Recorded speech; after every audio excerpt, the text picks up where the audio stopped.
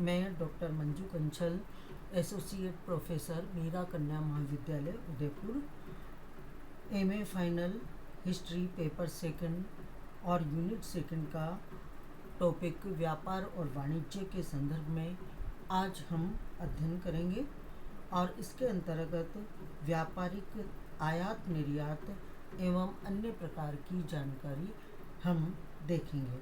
सर्वप्रथम इसके संदर्भ में व्यापार की दृष्टि से जो विदेशी कंपनियां डच, अंग्रेज एवं पुर्तगाली भारत में आए और व्यापारिक संबंध बनाने का जो उन्होंने प्रयास किया, उनमें और भारतीयों की व्यापारिक नीति में क्या अंतर था और उस अंतर के कारण किस प्रकार से हमें राजनीतिक परिदृश्य देखने को मिला, उसके बारे में यदि हम अध्ययन करें तो हम क्या पाते हैं कि भारत में स्थानीय स्वतंत्र व्यापार की स्थिति हम देखते हैं। यानी व्यापार की दृष्टि से भारत में स्वतंत्रता प्राप्त थी। स्थानीय स्तर पर, कस्बे और शहर के स्तर पर व्यापारिक दृष्टिकोण भिन्न प्रकार का था और इसी प्रकार से यदि यूरोपीय व्यापारिक कंपनियों की स्थिति हम देखें तो कंपनियों में सामुदायिक स्वरूप हमें देखने को मिलता है।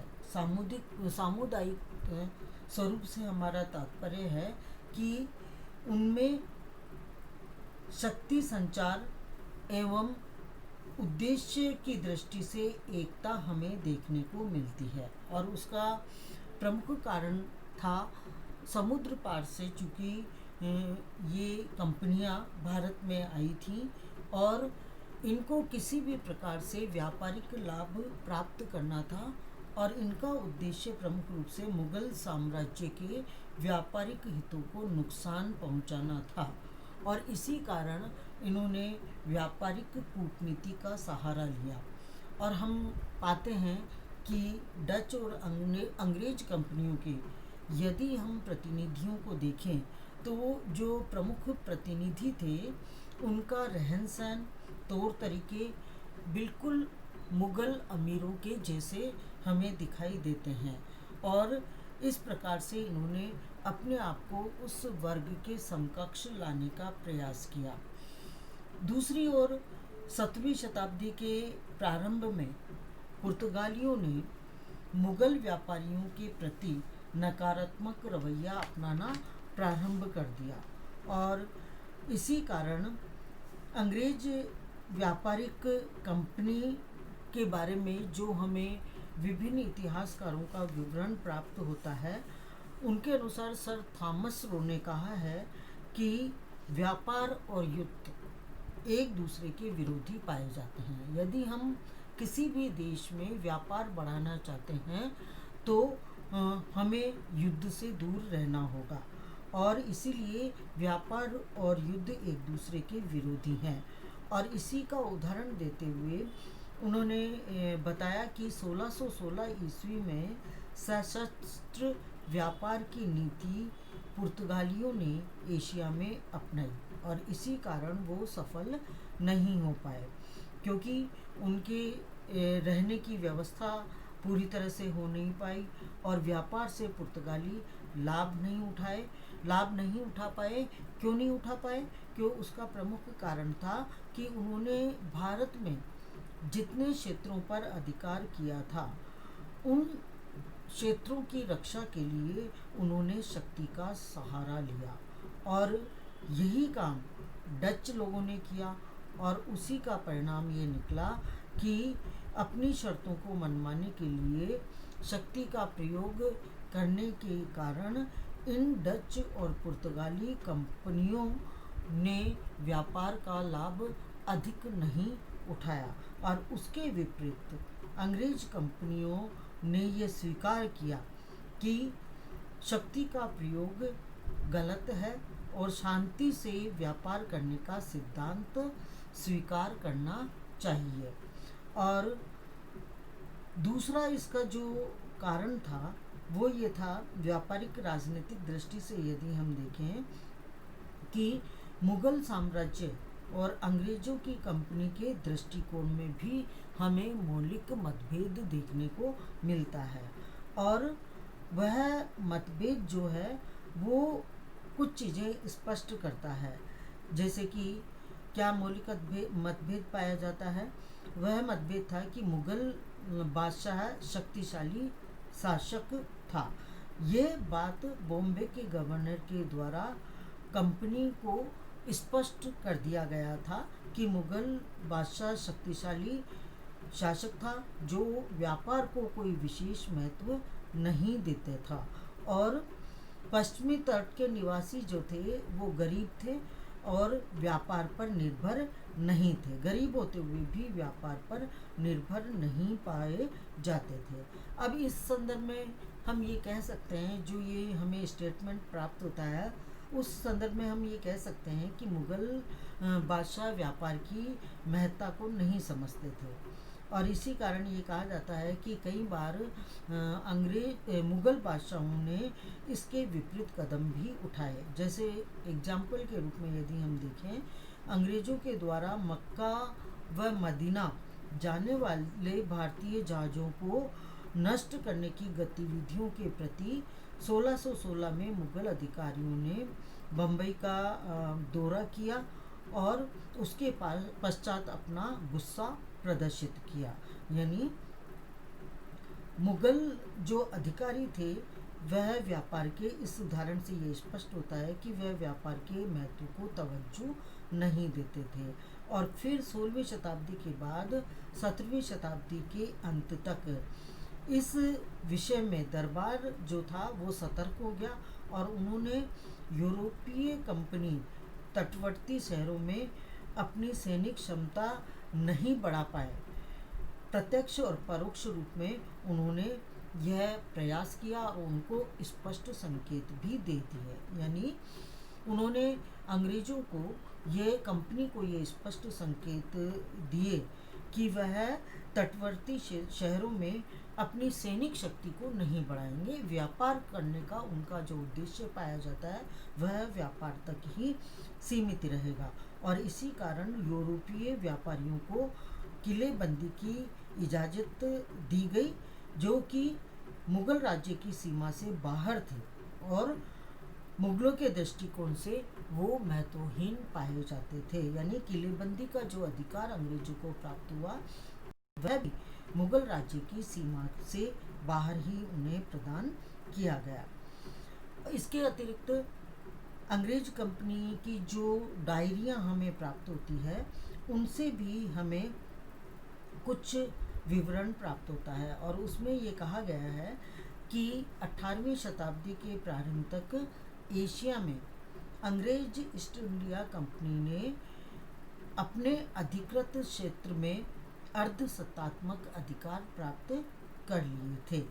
और यानी राजनीतिक, अर्धसत्तात्मक से यहाँ तात्पर्य है कि राजनीतिक अधिकार उन्होंने प्राप्त कर लिए थे।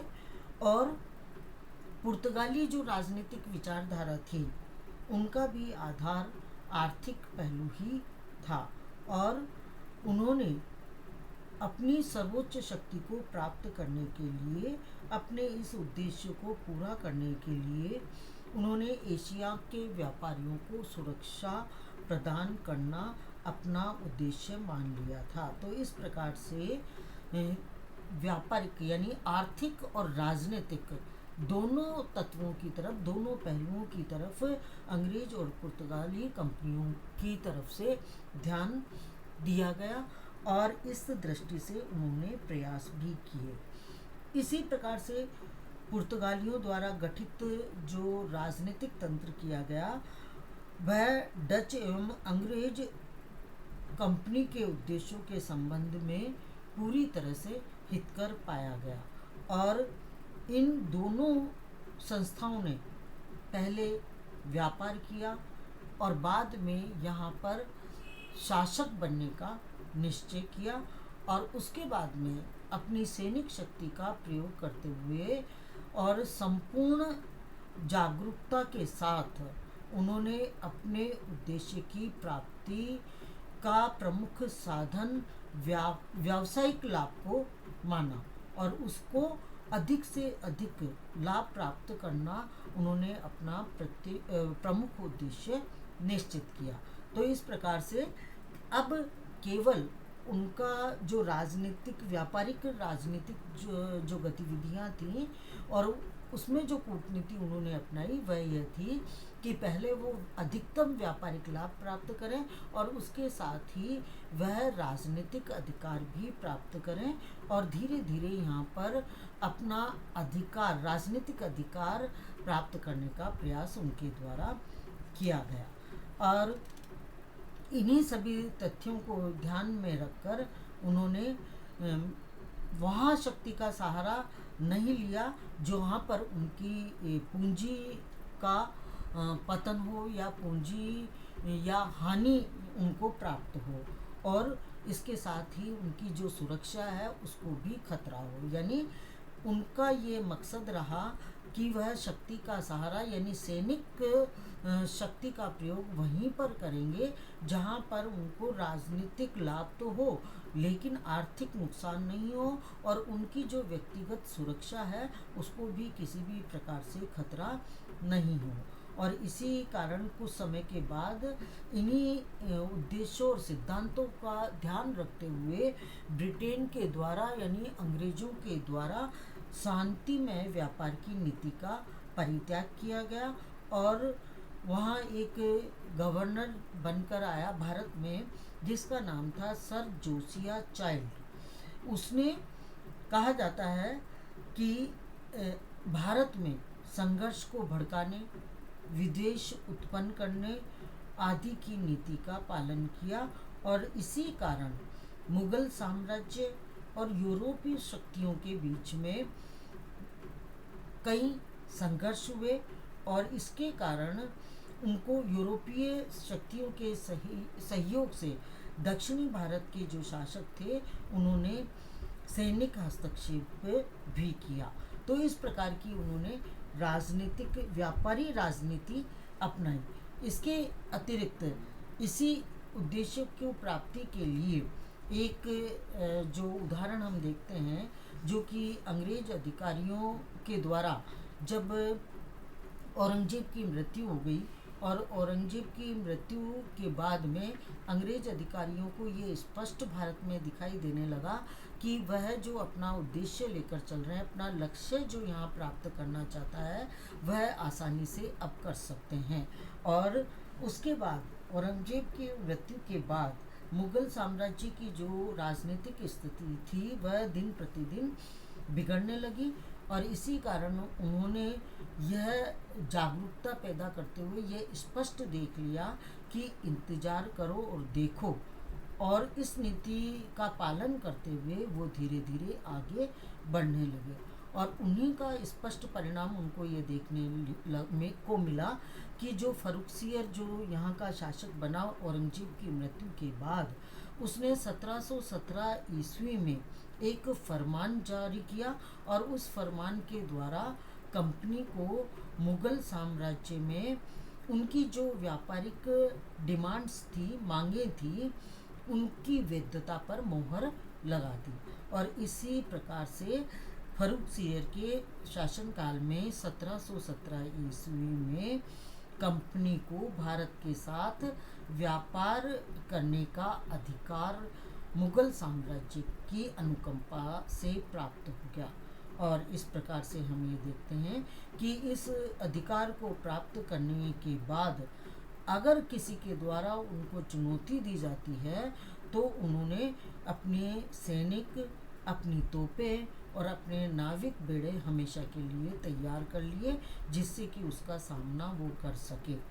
इसी प्रकार से 1734 ईस्वी में कंपनी के द्वारा सूरत के गवर्नर को सावधान रहने के निर्देश दिए गए और यहाँ इसके विपरीत बंगाल में नवाबों की शक्ति के प्रति हमेशा कंपनी को खतरा रहता था और कलकत्ता की जो काउंसिल थी वह इस युद्ध के खतरे को मोल लेना ठीक नहीं समझती थी। यानी कई स्थानों पर जहां उनको ये लगा कि युद्ध का खतरा उत्पन्न हो सकता है तो वहां पर उन्होंने इस स्थिति में समझदारी से काम लेते हुए युद्ध का खतरा मोल न लेने का सुझाव उनके द्वारा दिया गया।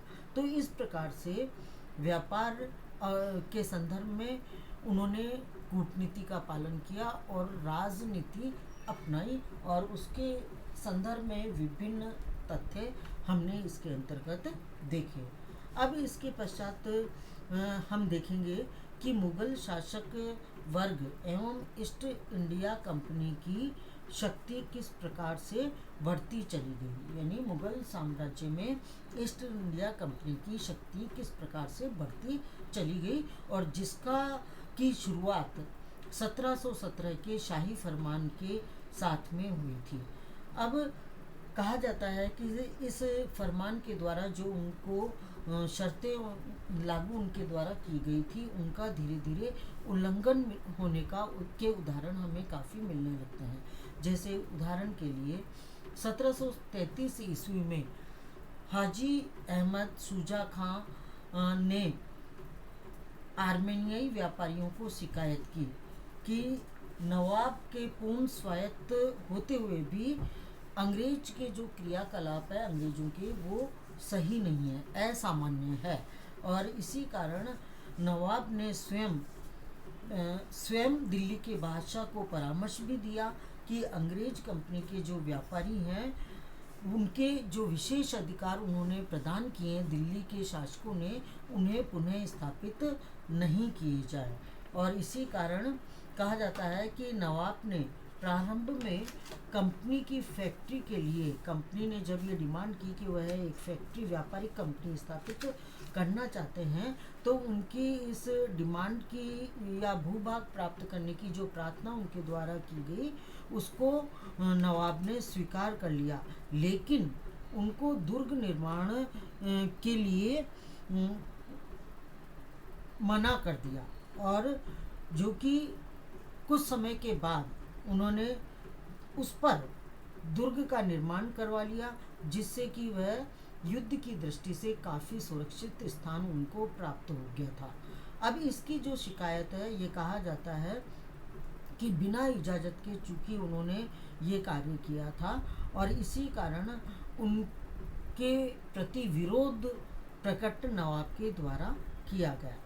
17वीं शताब्दी का यदि हम एक उदाहरण लें तो यूरोपीय व्यापारियों और मुगल अधिकारियों के मध्य जो विवाद का कारण था, यानी जो मुगल शासक थे और कंपनी के जो व्यापारी थे, उनके बीच में काफ़ी विवाद उत्पन्न हुए, और उसका एक जो प्रमुख कारण था वह यह था कि एक बादशाह के द्वारा जो फरमान जारी किया जाता है अंग्रेज कंपनियों को अधिकार देने के लिए और उसकी वैधता के लिए, उसकी पुनः स्वीकृति लेना आवश्यक था। अगर यदि अंग्रेज कंपनी के द्वारा जो शर्तें निश्चित की गई थी और जो फरमान के द्वारा वैधता व्यापार को दी गई थी, उसका समय अगर समाप्त होता है तो पुनः एक शासक की मृत्यु के बाद दोबारा उसकी स्वीकृति ली जाए, लेकिन ऐसा कई बार नहीं किया गया, और इसीलिए कहा जाता है कि 1717 का फर्रुखसियर द्वारा फरमान जारी किया गया था और अंग्रेज कंपनी को मुगल साम्राज्य की सीमा में माल गुजारी से मुक्त कर दिया गया था। और इस प्रकार से हम देखते हैं कि निश्चित मापदंड के अंतर्गत उन्हें व्यापार करने की अनुमति प्राप्त हो गई थी, लेकिन कंपनी के कर्मचारियों के द्वारा अपना व्यक्तिगत व्यवसाय भी प्रारंभ कर दिया था, तो उस व्यक्तिगत व्यवसाय पर अलग से अंग्रेज व्यापारियों पे कर लगाना निश्चित किया गया था, और ये जो नियम था वह इन व्यापारिक कंपनियों पर निश्चित की गई थी। और कहा जाता है कि प्रारंभ में डच एवं ईस्ट इंडिया कंपनी ने यूरोप में उपभोक्ता बाजार तक पहुंचने की कोशिश नहीं के बराबर की थी। इसी कारण से उन्होंने उपभोक्ता बाजार तक व्यापार करने का प्रयास नहीं किया था और आयात वस्तुओं के जो यहाँ से यहाँ से जो निर्यात की जाती थी या जो यहाँ से जो खरीदी जाती थी और यूरोप से जो सामान आता था, वह कार्य स्थानीय व्यापारियों और खुदरा व्यापारियों पर छोड़ दिया गया था। और 1650 ईस्वी के पश्चात ईस्ट इंडिया कंपनी ने लंदन में आयात की गई वस्तुओं की नीलाम करने की प्रथा को भी प्रारंभ किया और जिस तरीके से वहाँ खरीदी जाने वाली वस्तुओं की मांग होती थी, उसी आधार पर विदेशी कंपनियां व्यापार के भार का निर्धारण निश्चित करने लगी। तो इस प्रकार से मुगल शासक वर्ग और ईस्ट इंडिया कंपनी की व्यापारिक समझौते के आधार पर, वैधता के आधार पर व्यापारिक प्रमाणीकरण निश्चित किया गया। इसके बाद अब हम देखेंगे कि व्यापारिक बाजार किस प्रकार के उस काल में पाए जाते थे और बाजारों के संबंध में उस समय जो सिद्धांत लागू किए गए थे, उनको इतिहासकारों ने 3 वर्गों में विभक्त किया है। पहला है कि बाजारों की आर्थिक लेन देन के संबंध में किस प्रकार की व्यवस्था की जाए। दूसरा था कि समय की जो आर्थिक क्रियाएं हैं या आर्थिक व्यवस्थाएं हैं, उनकी समय की निश्चितता एक महत्वपूर्ण भाग माना गया। तीसरा है बाजार को एक सामाजिक घटना के रूप में भी देखा गया। अब सामाजिक घटना के रूप में किस प्रकार से देखा गया कि जिसमें समाज के जो विभिन्न वर्ग हैं विभिन्न कार्य संपन्न करते हैं और उनमें व्यापारी, आड़तीय या जिनको हम व्यापारी कह सकते हैं, और विषायतों और उपभोक्ताओं के मध्य राजनीतिक संबंध जो रहते हैं, वही उन संबंधों पर ही व्यापारी और शासक के मध्य व्यवस्था स्थापित की जाती है। यानी इसका मतलब आप इस तरीके से भी समझ सकते हैं कि व्यापारी और जो उपभोक्ता हैं, जो इसका उपयोग करने वाले हैं, उनके बीच में जिस प्रकार के संबंध होते हैं, उन संबंधों का प्रभाव या उन संबंधों का एक निश्चितीकरण व्यापारियों और शासकों के बीच में भी व्यवस्था के रूप में स्थापित किया जाता है। और ये 3 जो बातें हैं वो हमें यूरोप के बाज़ारों में देखने को मिलती है।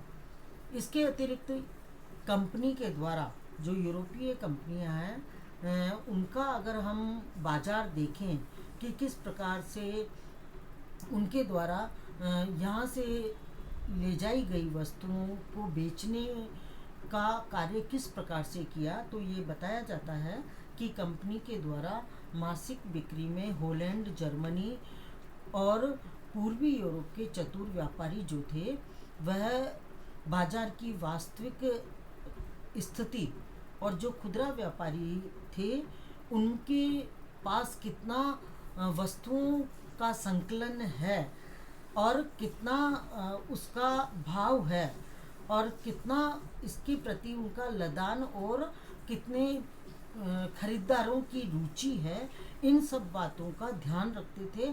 और उसके ध्यान रखने के बाद उसके आधार पर ये जो यूरोपियन कंपनियां थी या व्यापारी थे, वह अपने व्यापार की दिशा को या बाजारों में वस्तुओं को बेचने की दिशा को निर्धारित करते थे।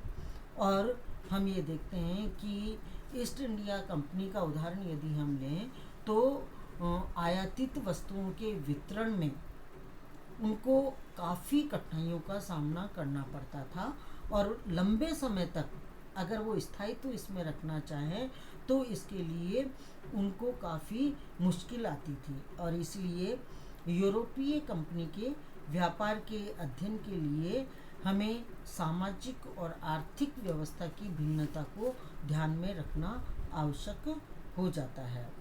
और यानी निष्कर्ष रूप में यदि हम बाज़ारों की स्थिति को देखें तो इस क्षेत्र में जितने बाज़ार थे उतने ही नगर और बंदरगाह थे और उनमें प्रत्येक का अपना सिक्का चलता था, प्रत्येक का अपना माप तोल होता था, अपनी चुंगी और अपने कर की भार की दरें निश्चित होती थी। लेकिन इन्हीं सभी में, हर नगर में, हर बंदरगाह पर मुद्रा और मापतोल की हमें भिन्नता देखने को मिलती थी। और अगर हम एशिया के बाज़ार के संबंध में बात करें तो हम पाते हैं कि उन स्थानों पर जहाँ पर वस्तुओं का आर्थिक क्रय विक्रय होता था, 3 तरह के एशिया में बाज़ार देखने को मिलते थे। अभी पहले हमने यूरोपीय बाज़ारों को देखा। अब अगर हम एशिया के बाज़ारों को देखें तो उनमें जो बाज़ार दिखाई देते हैं हमें, यानी वस्तुओं को बेचने के जो स्थान दिखाई देते हैं, सबसे पहले हैं हमें विशाल बंदरगाह, जहाँ पर अंतर्राष्ट्रीय व्यापारिक लेन देन होता। दूसरा है जिसमें जो अंतर्राष्ट्रीय व्यापार का लेन देन होता था, उन स्थानों में था मोरवा, सूरत, हुगली, मलक्का, कैंट। और इसके अलावा दूसरे जो बाज़ार आते थे, पहले बाज़ार तो वे बंदरगाह, जो कि इसमें कुछ विशेष बंदरगाहों को हम ले सकते हैं। दूसरे हैं जो समुद्री तट थे उनके पास के नगर, और उन नगरों में आंतरिक स्थल से समुद्र तक वस्तुएं पहुंचती थी और फिर उनको विदेशों में निर्यात किया जाता था या सामान को भेजा जाता था।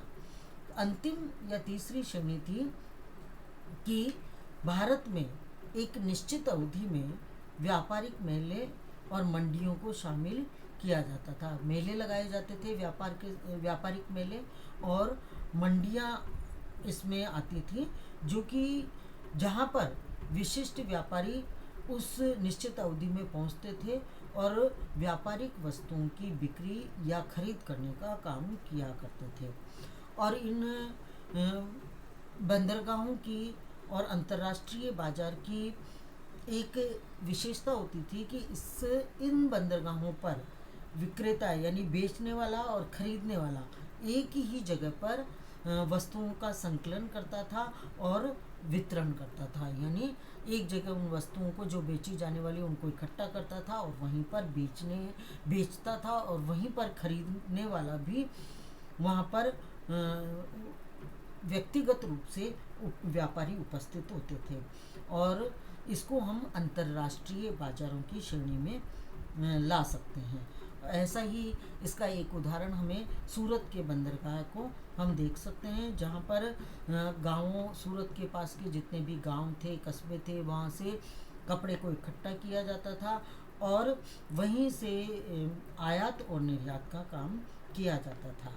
और कहा जाता है कि तटवर्तीय नगरों में, जो दूसरा है आपके तटवर्ती नगरों में, व्यापारियों का जो प्रमुख काम होता था वह था उत्पादक एवं उपभोक्ता के बीच में मध्यस्थता का कार्य करना। व्यापारी ये काम किया करते थे कि जो वस्तुएं उत्पन्न करते हैं और जो उपयोग में लाते हैं उनके बीच मध्यस्थता स्थापित करना और उसके आधार पर अपने सामानों को बेचना और उनके लिए साधन जुटाना। और ऐसे के प्रमुख जो केंद्र माने जाते हैं भारत में, वो है सूरत, मूसलीपट्टनम, हुगली के व्यापारी इस प्रकार के कार्य किया करते थे। और इसके अतिरिक्त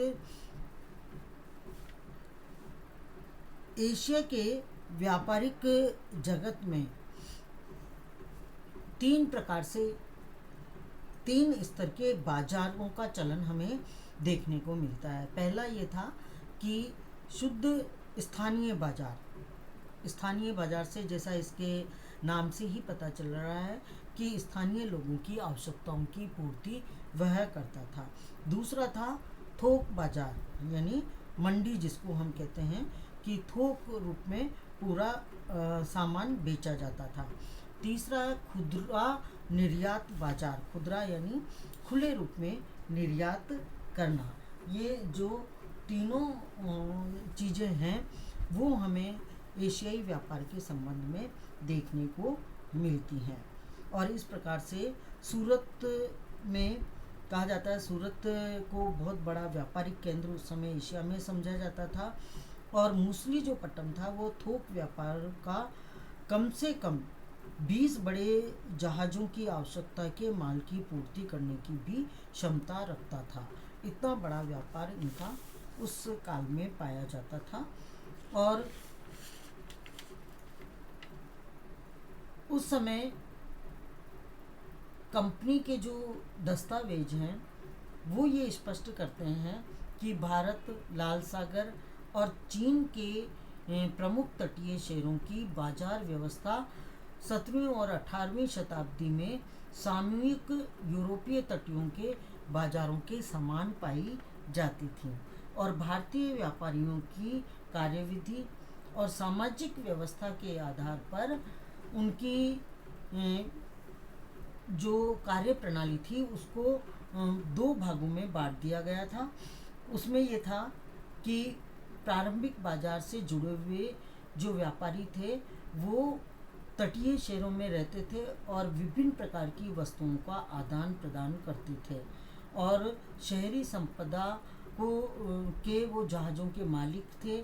और ऐसे कई उदाहरण भी हम सूरत में देख सकते हैं एग्जाम्पल के रूप में, जहाँ पर बड़े बड़े व्यापारिक घरानों के उदाहरण हमें देखने को मिलते हैं, जिसमें व्यापारिक घरानों में प्रमुख नाम है अब्दुल गफूर, चेलाबिया, पारख, निजानी, रुस्तम जी आदि के पूरे वंशज यही काम करते थे और उनका घराना व्यापारिक घराने के नाम से पुकारा जाता था। इसी प्रकार के व्यापारिक घराने हमें भारत में आगरा, लाहौर, दिल्ली, बनारस, बंगाल आदि में भी देखने को मिलते हैं।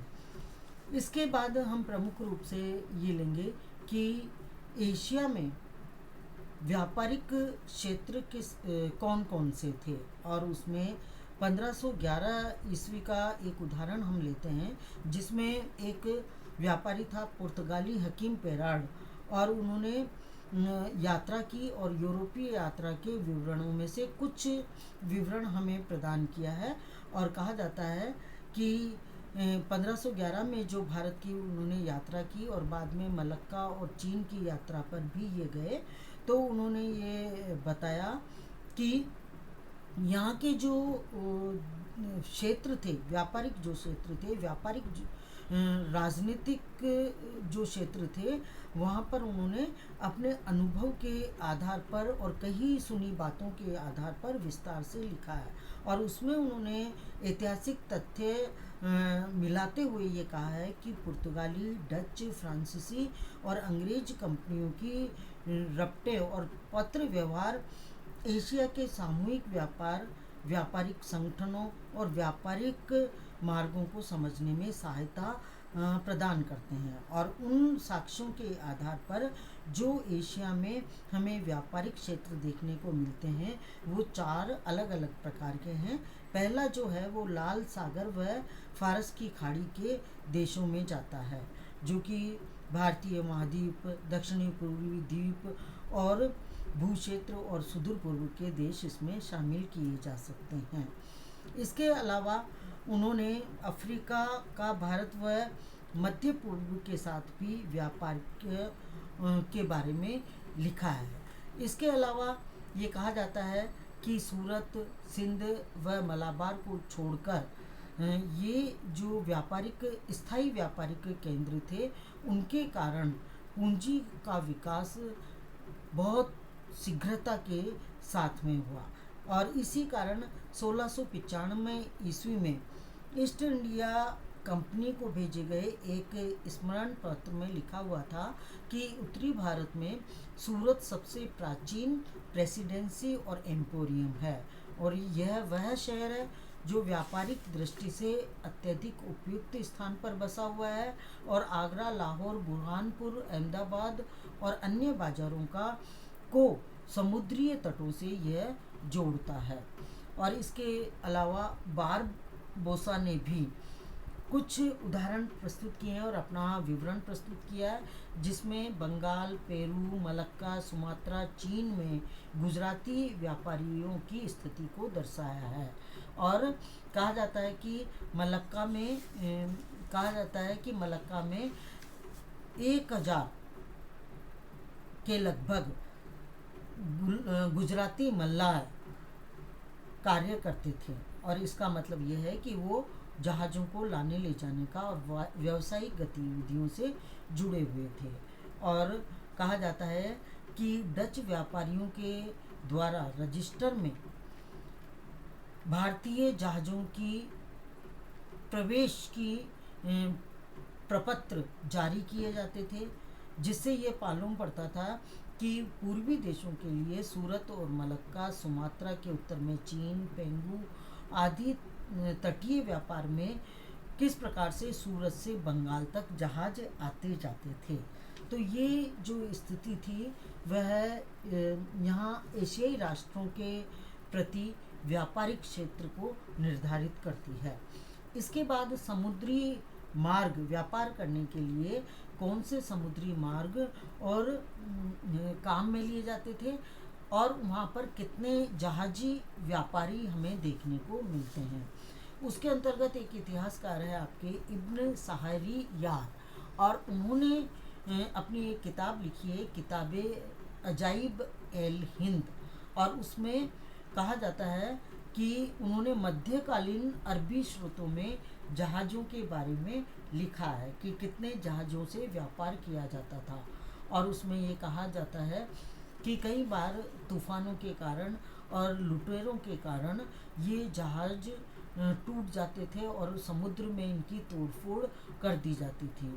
और कई बार ऐसे भी उदाहरण इसमें लिखे हुए पाए गए हैं कि 16 टर्विनियर जो एक यात्री था, उसने कहा है कि 1652 में एक जहाज़ टूटते टूटते बचा था कि वह जब कमरून से मूसलीपट्टनम जा रहा था। और इस प्रकार से कहा जाता है कई बार विपरीत परिस्थितियों में मौसम जब साथ नहीं देता था तो व्यापारिक जहाज एक स्थान से दूसरे स्थान पर नहीं जाते थे। इनकी बनावट की जहाज़ों की बनावट के संदर्भ में देखें तो ये बताया जाता है कि ये जो मध्यकालीन अरब जहाज हुआ करते थे और भारतीय जो जहाज होते थे उनमें प्रारंभ में लोहे का प्रयोग नहीं किया जाता था, बल्कि ठहराव के लिए जूट की रस्सी का इस्तेमाल किया जाता था। और इसी कारण ये जहाज हल्के होते थे और पानी के लिए काफ़ी उपयुक्त होते थे, लेकिन ये बुरे मौसम में मजबूत नहीं होते थे। और ऐसे समय में इनमें भारतीय जहाज के निर्माण में धीरे धीरे लोहे की कीलों का प्रयोग किया जाने लगा और वह प्रयोग पुर्तगालियों के आगमन के बाद किया जाने लगा और उच्च तकनीक नाविक उद्योग में अपनाई जाने लगी। इसके अलावा एक और जो हमें उदाहरण प्राप्त होता है और उसमें ये कहा जाता है कि 1618 से 22 ईस्वी तक मूसलीपट्टनम में एक कारखाना था जहाँ पर जहाज बनाए जाते थे और उन जहाज़ों में 600 से अधिक टन का माल कहा जाता है कि लोड किया जा सकता था और उसमें अत्यधिक लोहा प्रयोग में लिया गया था उसके निर्माण में। इसी प्रकार से एशिया में जहाजी निर्माण का कार्य मलाबार शिपयार्ड में होता था और जहाँ पर सागवान की लकड़ी भी आसानी से प्राप्त हो जाती थी। पीगू, बम्बई और कलकत्ता में भी जहाज़ों का निर्माण किया जाता था और वहाँ बड़े बड़े कारखाने 18वीं शताब्दी में स्थापित किए गए थे। और कहा जाता है कि जो सूरत 17वीं शताब्दी में सूरत से जाने वाले भारतीय जहाज़ों में युद्ध की आवश्यक सामग्री भी लोड की जाती थी। और डच अधिकारियों के जो विवरण प्राप्त होता है उसमें ये कहा गया है कि सूरत के जहाज़ों में 20 से 30 तक तोपें रखी जा सकती थी। इतना सामान उस पर लोड किया जाता था और उसमें अधिकांश बंदूकची अंग्रेज या डच हुआ करते थे। तो इस प्रकार का विवरण हमें देखने को मिलता है। तो इस प्रकार से समुद्र का व्यापार और जहाज बनाने का निर्माण का कार्य जो था वो कारखानों के माध्यम से किया जाता था। अब हम यदि वस्तु विवरण को यदि हम देखें तो हम पाते हैं कि इसमें प्रमुख रूप से दो प्रकार की वस्तुएं होती थी। एक तो है मूल्यवान वस्तुएं और एक है अमूल्यवान वस्तुएं। वस्तु वर्गीकरण यदि हम करें तो दो प्रकार का वर्गीकरण हम कर सकते हैं, मूल्यवान वस्तु और अमूल्यवान वस्तु। और वो जो वस्तुएं हैं कि उनकी वस्तुओं की किस्म निर्धारित करती थी कि जहाज व उसकी भरण क्षमता कितनी है और कितना उन जहाज़ों में माल भरा जा सकता है। और उसके अंतर्गत यदि हम देखें तो जिन वस्तुओं को भेजा जाता था उसमें एशिया के उत्पादित वस्तुओं में वस्त्र उद्योग सबसे अग्रणी था। और इसमें जो परंपरागत वस्तुएं थीं जैसे रेशम, गलीचे, चीनी, विलासिता की वस्तुएं आदि भेजी जाती थीं। और यूरोपीय औद्योगिक वस्तुओं का उन जहाज़ों से भारत में और एशिया में आयात किया जाता था। और इसी संदर्भ में 16वीं शताब्दी में वेनिस के व्यापारी एलेक्जेंड्रिया में इटली के ऊनी कपड़े, तस्वीरें, पिछवाई का कपड़ा, शीशे और धातु से बनी हुई वस्तुओं का आयात करते थे जो जहाज़ों के जरिए से स्वेज नदी के रास्ते से और मध्य पूर्व के भारत में भेजी जाती थी। और इस प्रकार से हम देखते हैं कि जो जहाज़ यहाँ से माल यूरोप में ले जाते थे वही यूरोप की कुछ औद्योगिक वस्तुओं को भारत में लाते थे। और इसके अलावा कच्चा माल भी यहाँ से बंगाल से प्रमुख रूप से विदेशों में भेजा जाता था।